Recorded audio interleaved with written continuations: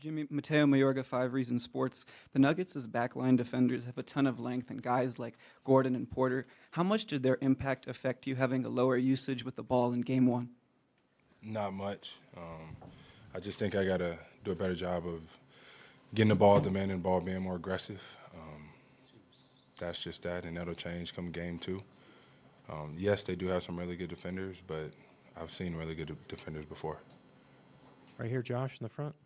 Hey, Jimmy. Josh from Channel 7 in Miami. Can you explain the chess match of using the pump fake to get defenders in the air when they game plan to stay down so that you can get to the free throw line like you talked about after Game 1? I don't think I shot faked a lot, though. I just think I was passing ball to the open guy, which I will continue to do. Maybe I got to get more layups, more dunks, more attempts at the rim to free our shooters a lot more often. But, I mean, I think this whole playoff series has been a chess match for everybody on this team, not just myself.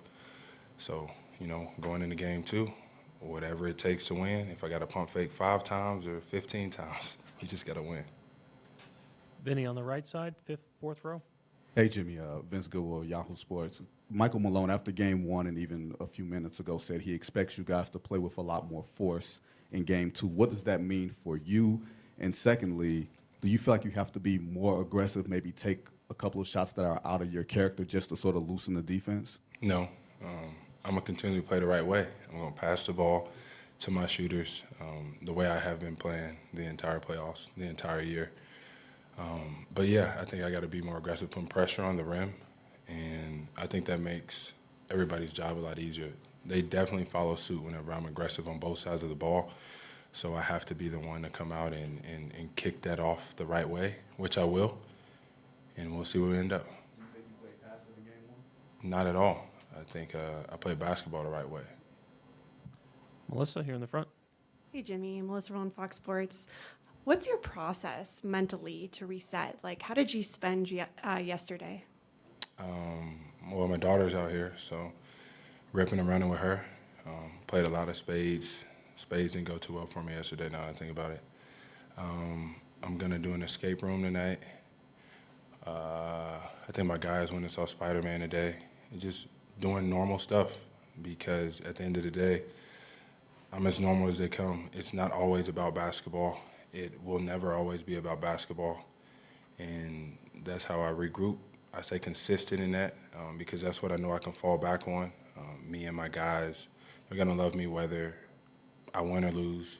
My daughter's going to love me whether I win or lose. So that's what I focus on.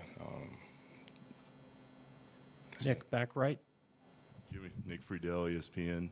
You've had confidence all along in guys like Max and Caleb. Do you feel like you need to say anything to them given the way they struggled in Game 1 going into tomorrow night? Yeah, I need to say to them, I'm still going to throw you the ball. And if you miss the next 10, if you're open on the 11th one, I'm still going to throw you the ball because you'll never be the reason why we lose.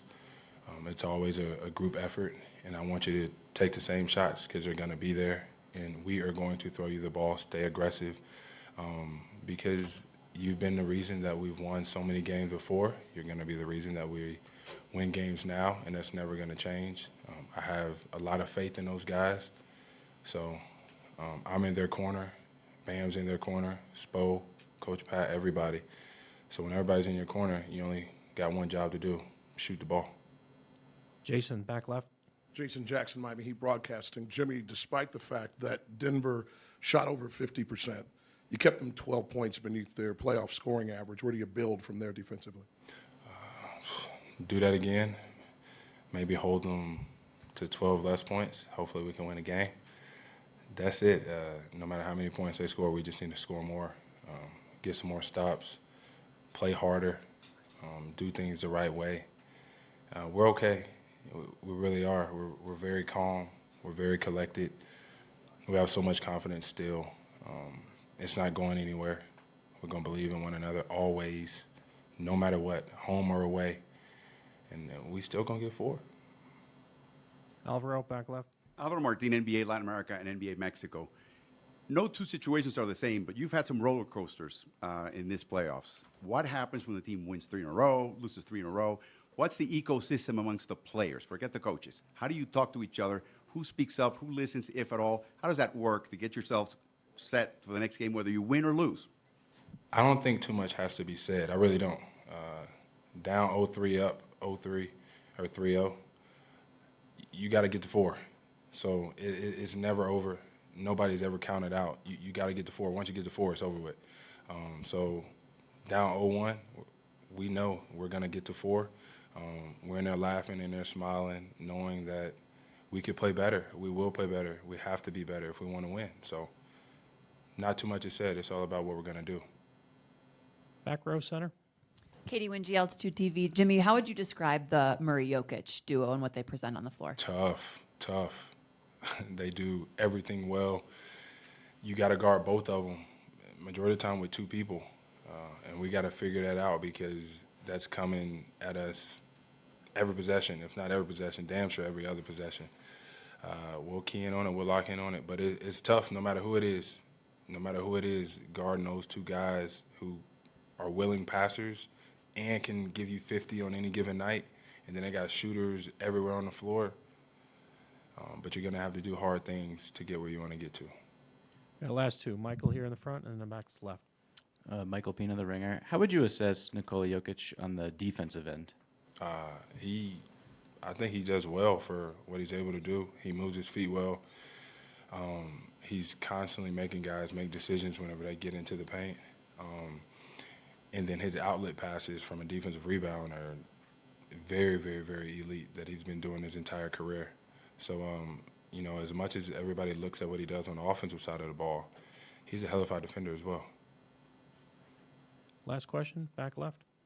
Cooper Moorhead, Heat.com. Staying on Jokic a little bit, if he's always going to be dropping back and staying between you and the rim, and then they're also loading at the gaps on you, what is the balance between trying to get downhill, but then also not just going straight into bodies if they're going to throw a lot of bodies in front of you? Pass the ball, which is what I'm going to do. Shoot the ball, make some shots, which I'm capable of doing as well. You know, I just don't think we played our best game of basketball, and that's okay. We just got to be better come tomorrow, which we will be. But I'm still playing the game the right way. It's not being passive. It's getting my guys involved because whenever they make shots, my job's a lot easier. Thank you, Jimmy. Peace.